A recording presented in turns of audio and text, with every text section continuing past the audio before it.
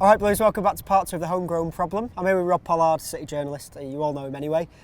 In part 1, we talked about what the homegrown problem is. Rob helped us clear that up. He helped us work out what City need to do to fix the homegrown problem. We looked at players that we already have within the youth system and the players we already at the club that can help us make up the 8 that you need as homegrown. But now we're going to talk about who we can bring in. So let's look at, we're going to look at English players just by chance, but let's start with Raheem Sterling, a transfer target that's been going on all summer. How can he help us? Is he the signing we need?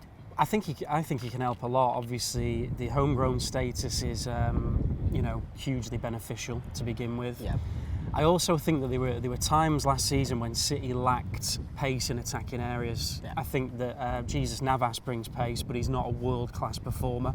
I think he's an exceptionally good squad player, Navas, but I think if City are looking to achieve their ambitions, then they perhaps need somebody a bit better. And I think that you look at all the top clubs in Europe, they all have a ball carrier who's world class. You know, you look at the likes of Arjen Robben at Bayern, Barcelona have obviously got Messi and Neymar, you've got Ronaldo and Bale at Real Madrid. City don't really have one in an attacking sense who'll pick up the ball and take players on, and I think Sterling could be that player.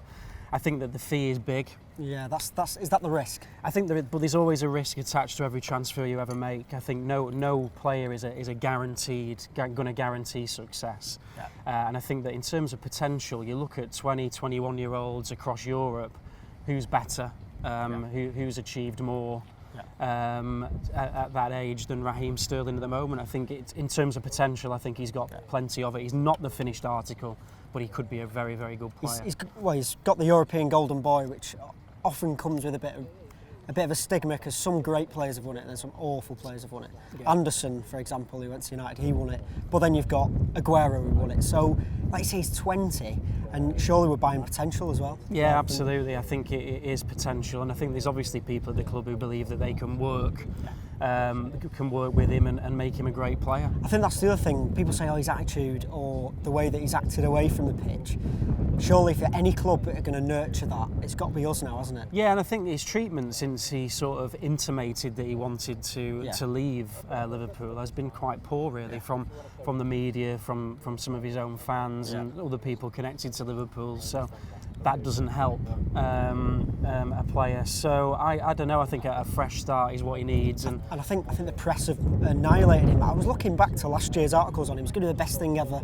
England's next big hope. He gets linked with a move away from Liverpool, and he's like, he's become a villain. I think there's a lot of Liverpool fans in the media, isn't there? Which would sum that up then. So if we move on from Sterling, so Sterling's one that I think I'd like to see, and I reckon you'd agree. Despite the fee, I think we'd both like him to fill one of those gaps. Fabian Delph has been touted. He's apparently available for £8 million to any club in European competition. Yeah. Surely that's a bargain. Yeah, I think, if that clause in that contract is correct, as you say, which is what I've read as well, then that would be one that surely you would consider doing just on the grounds of it being a bargain. Yeah. He had an excellent season last season. I'm not saying he's a world-class player. I don't think he is, but I think he had a very good season. He's got real energy and drive. He looks incredibly fit to me. I think he's got a good attitude as well, and obviously he's an England starter though. If he comes to City, surely there's a risk that might wait. I don't know. I think it would be a big risk for him because I think, at Villa, obviously he's an absolute cast iron certainty to start every game, whereas if he came to City, he would have to accept that perhaps he wasn't going to be playing every week. Yeah, well, I was saying in one of the videos that Chelsea last season had a squad with 20 players that were really good players, and I don't think that City had as good strength in depth as Chelsea did last year. Surely Delph is a player that we need who can play those 10 to 15 games a season and help dig us out of holes. Could he be that player? Could he even fit in for what James Milner could give us as well? Yeah, I was just thinking of Milner because Milner was one of those, wasn't he? He was true professional, incredibly fit, had wonderful stamina, and I think City are going to miss that. So Delph would certainly, I'm not saying he would replace Milner like for like, he certainly wouldn't. He's not as adaptable as Milner for a start, but he would certainly tick a few of those boxes. And if the sort of 8 to 10 million price is right, then I don't see any reason from City's perspective why that wouldn't be a sensible move. I think it's almost risk-free, that one. But the other one who we might disagree on, is Jack Wilshere. There's Yeah. people saying that we might be able to tempt him away from Arsenal for, I don't know, I reckon he would cost us more than Sterling, only because he means a lot more to Arsenal. Somebody said the other day, he's Mr. Arsenal.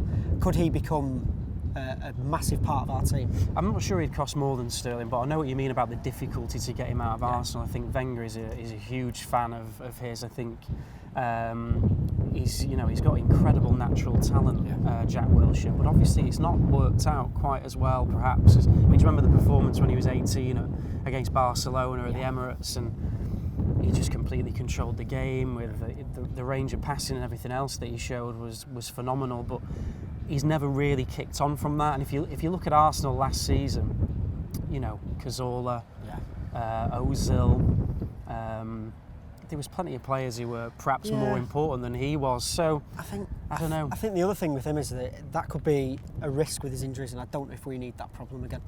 Yeah, but it could be. I mean, it would be a risk, and like I say, he's not necessarily been as brilliant as many people thought. But again, there's only a select few of these homegrown players City can actually bring in and use in the squad, and Wilshere's one of them, and he's certainly a consideration. And you look at the couple of goals he got for England recently, and you think to yourself, if it clicks with this guy, he could be a very good player. So there we have it. We'd probably both have those three in. They could definitely help us towards fitting those 8 of the homegrown. So if you haven't checked out the first part, make sure you do. The link will be in the description below. Thanks to Rob, and thanks to you for watching. That is the homegrown problem. Leave your comments below with who do you think should solve City's homegrown problems. Sterling, Delph and Wilshere. Let us know. This is Ricky the Hitman Hatton. Subscribe to Blue Moon Rising TV for a knockout time.